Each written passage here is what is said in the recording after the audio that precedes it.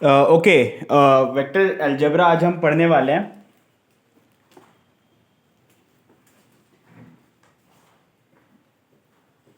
जैसे कि आप सभी को मैं बता दूं कि ये वाला जो टॉपिक है ना, मीन्स ये वाला मैं एकदम बेसिक से लेके एडवांस तक चला जाऊंगा, पर्टिकुलरली इस टॉपिक को, क्योंकि ये वाला जो टॉपिक है हायर एजुकेशन में, मीन्स हायर स्टडीज में, और क्या बोलते हैं, क्लास 11 12 में तो इंट्रोडक्शन मिलता ही है आपको, मैथमेटिक्स में भी मिलता है, प्लस फिजिक्स में भी मिलता है, प्लस आपके बीएससी के सब्जेक्ट्स में भी मिलता है। और बेसिकली ये जो वेक्टर अलजेब्रा है ये एक टूल की तरह यूज होता है। ये पूरा एनालिसिस है, वेक्टर एनालिसिस मैथमेटिकल फिजिक्स का एक पहला स्टेप है, ठीक है। और बेसिकली ये वाला जो टॉपिक है ये एक टूल की तरह है, एक मैथमेटिकल टूल की तरह है। तो ये मैथमेटिकल टूल को बेसिक से एडवांस तक सीखना ही पड़ेगा, अदरवाइज आपको मैकेनिक्स में प्रॉब्लम आएगी, आपको क्या बोलते हैं, इलेक्ट्रोमैग्नेटिज्म में प्रॉब्लम आएगी, आपको जो दूसरे जो सब्जेक्ट्स हैं, न्यूक्लियर, ठीक है, जितने भी फिजिक्स के ब्रांचेस हैं ना, इलेक्ट्रॉनिक्स में भी यूज होता है कई जगह पे, कॉम्प्लेक्स नंबर्स और उन सब चीज़ों का यूज होता है, नेटवर्क एनालिसिस में, और भी बहुत सारी चीज़ों में आपको प्रॉब्लम आएगी, ठीक है। तो इसलिए इसे एज अ मैथमेटिकल टूल आप देखें, एक चैप्टर की नज़रिए से मत देखो। ये एक मैथमेटिकल टूल, एक औजार है जो आपको हर फिजिक्स के कोई भी ब्रांच में आप चले जाओ, आप काम करने लगो या पढ़ाई करो, रिसर्च करो, कुछ भी करो, फलाना ढिमकाना, आपको काम में आएगा, ठीक है। और मैथमेटिकल फिजिक्स का एक छोटा सा पार्ट है ये, मैथमेटिकल फिजिक्स का मैथमेटिकल फिजिक्स, मैथमेटिकल फिजिक्स का एक छोटा सा पार्ट है। सबसे पहला स्टेप है, स्टेप 1 है vector algebra, vector vector algebra, ठीक है। अब अलजेब्रा आप लोगों ने पढ़ा होगा छोटी क्लास में, ठीक है, आपको दिख रहा है ना? ओके, अलजेब्रा आपने पढ़ा होगा छोटी क्लास में।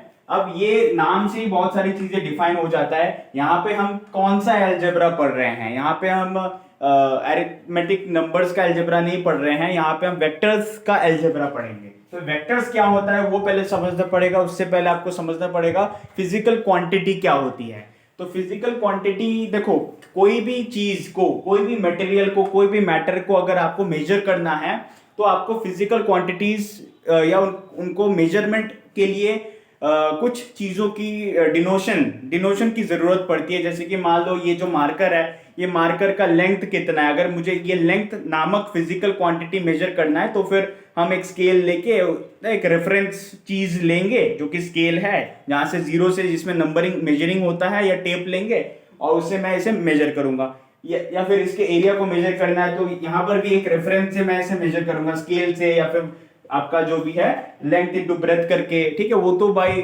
डायमेंशनल एनालिसिस से आ जाएगा। मींस देखो, आपने यूनिट्स एंड मेजरमेंट्स पढ़ा होगा तो वहां पे आप लोगों को इस क्वेश्चन का जवाब अब तक मिल चुका होगा कि what do you mean by physical quantity. कई इंटरव्यूज में पूछा गया है भाई, ठीक है। मैंने खुद 2 3 इंटरव्यू दिए हैं तो उस बेसिस पे भी मैं बोल रहा हूँ, लेकिन काफी छोटी चीज है, लेकिन इसका डेफिनेशन दे नहीं सकते कई ज्यादातर लोग। तो ये आप बोल देना कि आपको देखो, किसी भी चीज को मेजर करने के लिए हमें एक क्वांटिटी की जरूरत होती है, एक नंबर की जरूरत होती है, ठीक है। तो ये जो फिजिकल क्वांटिटी है, ये जो ठीक है, किसी भी मैटर को, इन द सेंस, ये जो फिजिकल क्वांटिटी है ये 2 प्रकार के होते हैं। एक होता है फिजिकल क्वांटिटी जो है ना, फिजिकल क्वांटिटी जो है 2 टाइप्स, एक है तुम्हारा वेक्टर और एक है स्केलर ना। अब इन दोनों में डिफरेंस क्या है? स्केलर जो है ये नंबर को रिप्रेजेंट करता है, वेक्टर जो है ये भी नंबर को रिप्रेजेंट करेगा, लेकिन इसके साथ एक चीज एडिशनल होगा, वो है डायरेक्शन ना। अगर आप वेक्टर क्वांटिटी जो होती है, मैं आपको अभी बहुत सारे एग्जांपल्स देके समझाऊंगा कि ये क्या है और ये क्या है। देखो, डेफिनेशन के लिए ये देखो इंटरव्यूज में पूछा जाता है, बाकी एग्जामिनेशन और आपका उसमें ये सब नहीं पूछा जाएगा, उसमें न्यूमेरिकल्स आएंगे सिंपली। तो देख सकते हो, जैसे कि देखो, स्केलर क्वांटिटीज क्या है? These are the physical quantities which are expressed only by their magnitude. ये स्केलर क्वांटिटी का डेफिनेशन है।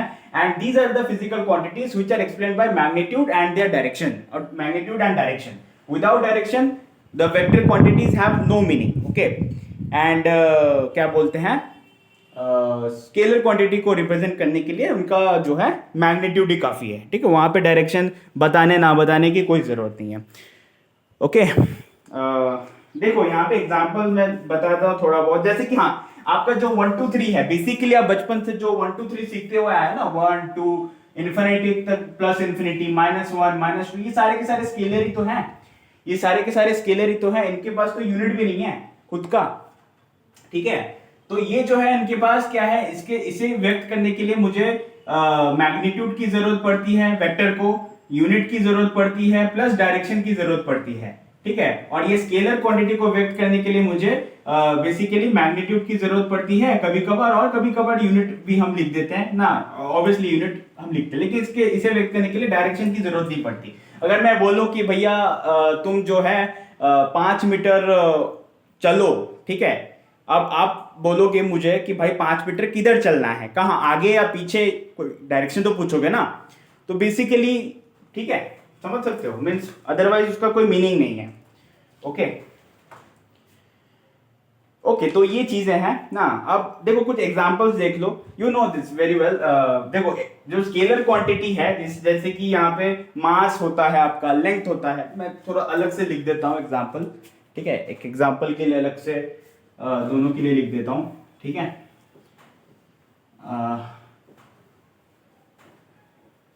देखो वैसे आपको पहचानना आना चाहिए पहले बात तो, ठीक है, ये एग्जामिनेशन ही इंटरव्यू पॉइंट के लिए थोड़ा बहुत इंपॉर्टेंट हो जाता है। देखो तो बहुत सारे एग्जांपल्स दे रखे हैं। स्केलर, एग्जांपल्स ऑफ स्केलर क्या है, examples of scalars, scalar quantity के क्या क्या क्या एग्जांपल, एक तो मास है, ठीक है, वर्क है, ठीक है, टाइम है आपका, आपका जो टाइम है, ठीक है, लेंथ है, ओके, टेम्परेचर है, ठीक है, पोटेंशियल है। अब पोटेंशियल जो है इसके अंदर बहुत सारे आ जाते हैं, इलेक्ट्रिक पोटेंशियल आ जाएगा ना, और ग्रेविटेशनल पोटेंशियल आ जाएगा, ठीक है, मैग्नेटिक पोटेंशियल आ जाएगा, ठीक है, कई सारे टाइप के पोटेंशियल होते हैं, you know this variable, angle, ठीक है, ये सारे के सारे इसके वो आ जाएंगे। हीट कैपेसिटी, ठीक है, एनर्जी, प्रेशर, ठीक है, एनर्जी, ठीक है, प्रेशर, हीट कैपेसिटी, ठीक है, हीट कैपेसिटी, ठीक है, ये सारे के सारे जो है एक्सेट्रा, ये स्केलर्स क्वांटिटी है, ठीक है, स्केलर फिजिकल क्वांटिटी है। और जो आपका क्या बोलते हैं, वेक्टर्स की अगर बात करो तो वेक्टर क्वांटिटीज के एग्जांपल क्या, आपका डिस्प्लेसमेंट है ना, मैंने कल ही वेक्टर पहले पढ़ाया था आपको, डिस्प्लेसमेंट मोशन इन 1D में, कि भाई डिस्प्लेसमेंट में डायरेक्शन जरूरी है।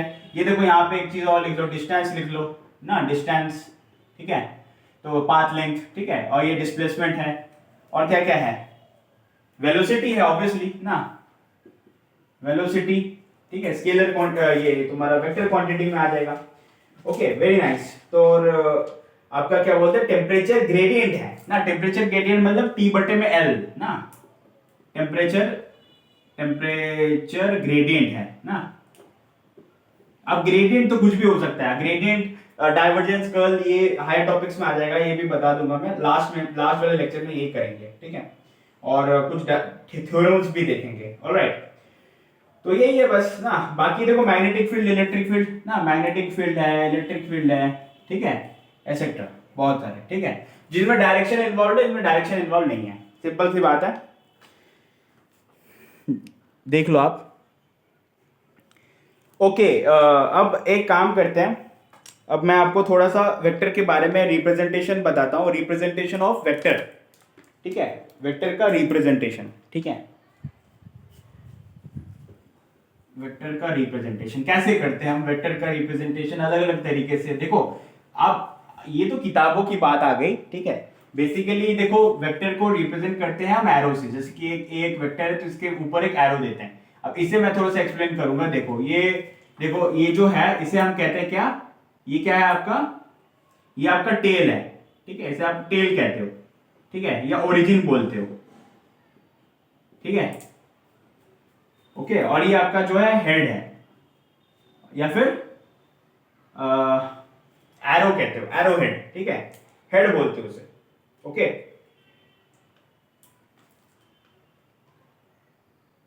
ओरिजिन और टेल, और हेड और टर्मिनस, ये शब्द मैं भूल रहा था एक्चुअली, हेड और टर्मिनस, ठीक है, टर्मिनस, ठीक है। तो बेसिकली, और ये जो लेंथ है इसका मैग्नीट्यूड रिप्रेजेंट करता है, वेक्टर का मैग्नीट्यूड कितना है वो रिप्रेजेंट करता है इसका जो लेंथ है, ठीक है। तो this is the way, this is what representation of vector ना, रिप्रेजेंटेशन ऑफ वेक्टर ना। ओके, ये चीजें आप थोड़ा सा बेसिक है, ध्यान रखना, काफी बेसिक है।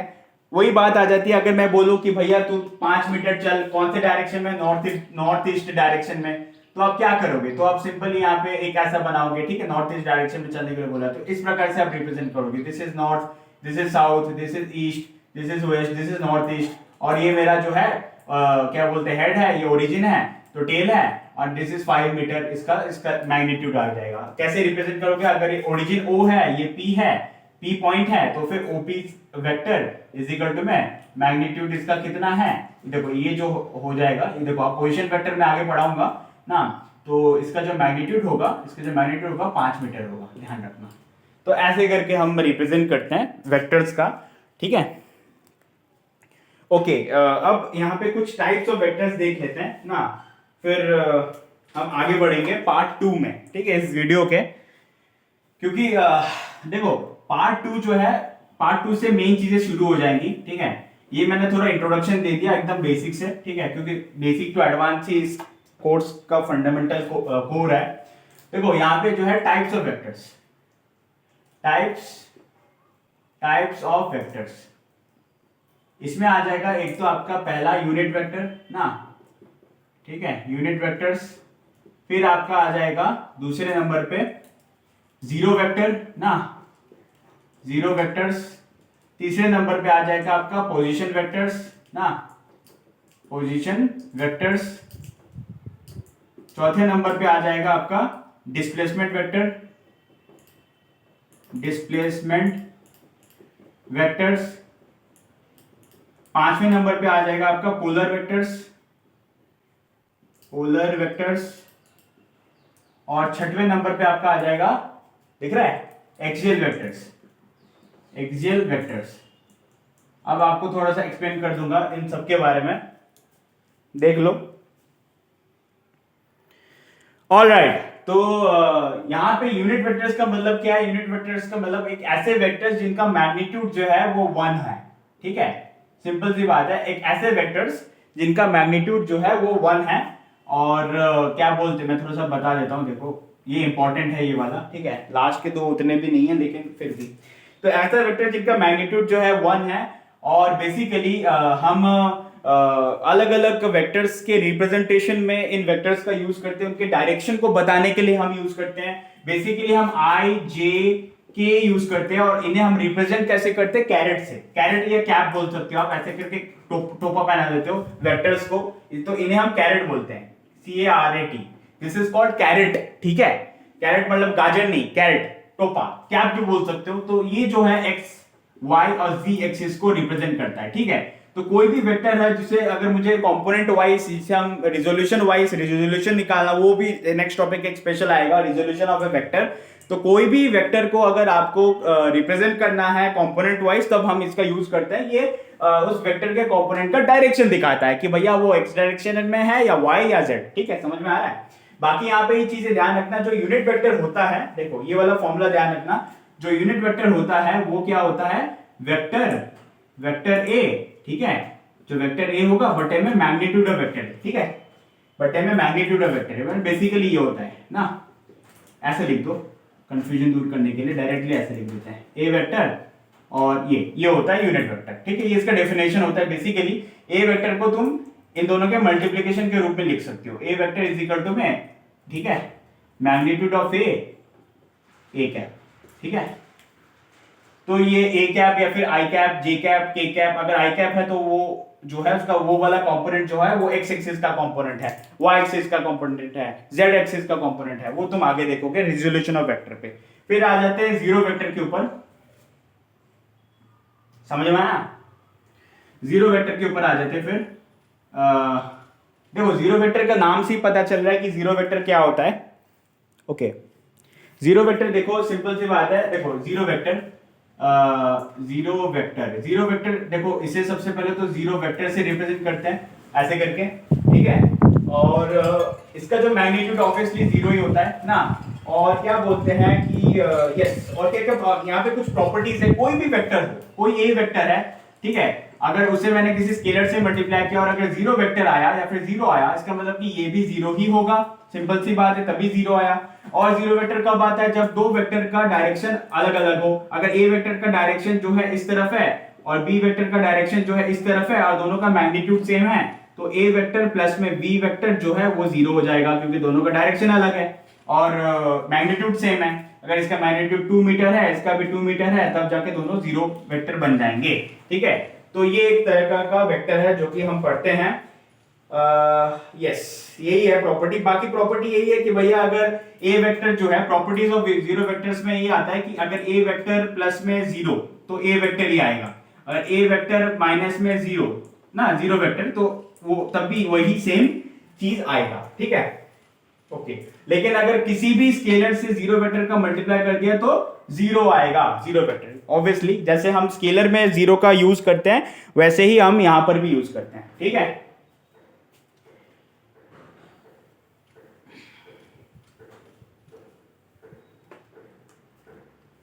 ये अभी बहुत बेसिक्स में चल रहा हूं मैं। फिर है डिस्प्लेसमेंट वेक्टर। इसके लिए तो मैंने आपको बताया ही है कि डिस्प्लेसमेंट वेक्टर आपको मैंने उस वीडियो में भी पढ़ाया था, डिस्प्लेसमेंट वेक्टर के बारे में, ठीक है, डिस्प्लेसमेंट वेक्टर के बारे में। अगर आप एक पॉइंट से दूसरे पॉइंट में जा रहे हो और उस पॉइंट का जो क्या बोलते हैं, जो डिफरेंस है, difference between initial and final point ना, P and Q, that is PQ, this is the displacement vector, ठीक है। बेसिकली ये चीज को आपको समझना है। लेकिन आप देखो यहाँ पे डिस्प्लेसमेंट वेक्टर को जानने के लिए आपको ओरिजिन जानना पड़ेगा, आपको कोई ना कोई ओरिजिन लेना पड़ेगा। अगर मान लो कि अगर दो पॉइंट है, दोनों के बीच का आपको वो निकालना है ए और बी, तो आप एक ओरिजिन ओ लोगे, वहां से आप पहले इस पोजीशन वेक्टर को निकालोगे।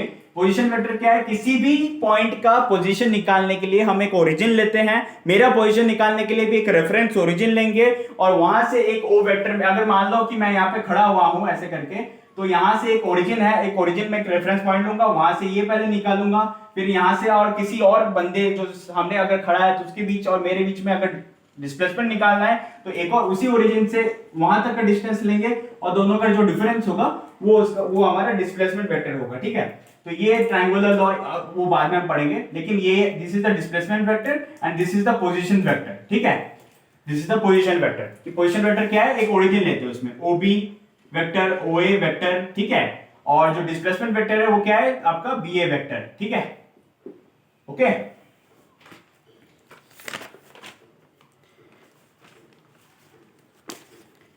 अब देखो लास्ट के दो टाइप के वेक्टर पढ़ लेते हैं। देखो पोलर वेक्टर का डेफिनेशन क्या है समझो बस, ठीक है। ये बस न्यूमेरिकल में डिस्प्लेसमेंट वेक्टर ही ज्यादातर काम आएगा और यूनिट वेक्टर काम आएगा, सबसे ज्यादा काम ये दोनों का ही है। बाकी ये दो उतने इंपॉर्टेंट है नहीं, लेकिन फिर भी डेफिनेशन समझ लो आप। देखो पोलर वेक्टर क्या होता है, पोलर वेक्टर ना एंड एक्सियल वेक्टर ना, एक्सियल वेक्टर, ठीक है। तो polar vector and axial vector क्या होता है, देखो डेफिनेशन पढ़ो। A vector having its starting point or the point of application, yes, is called polar vector। किसी भी वेक्टर का अगर स्टार्टिंग पॉइंट है या फिर पॉइंट ऑफ एप्लीकेशन है तो वो पोलर वेक्टर कहलाएगा। अगर आपका डिस्प्लेसमेंट वेक्टर भी है, अगर आपका फोर्स भी है आपका, ठीक है, ये सारे के सारे पोलर वेक्टर है। यहाँ पे पोलर कोऑर्डिनेट्स बेसिकली हम यूज करते हैं। और जो भी वेक्टर है जिसका स्टार्टिंग पॉइंट है, जिसका ओरिजिन है, that is called polar vector, ठीक है। और एक्सियल वेक्टर क्या होता है कि vector showing the rotation effect in direction along axis of rotation given by right hand rule.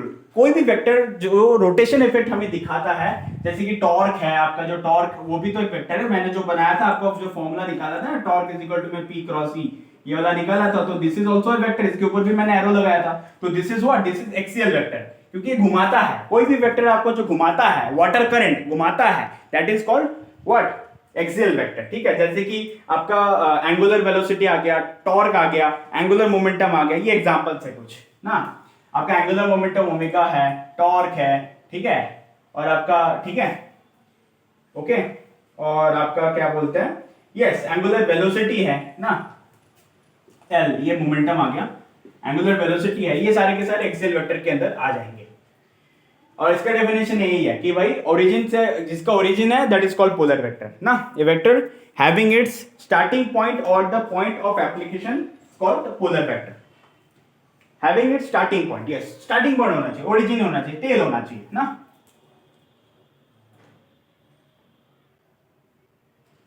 Point of application, yes सही, ठीक है। तो यही था आज पार्ट 1 के लिए। अब आप पार्ट 2 के लिए देख सकते हैं, ये वाला वीडियो देखने के बाद ही देखना, तब मजा आएगा। थैंक्स।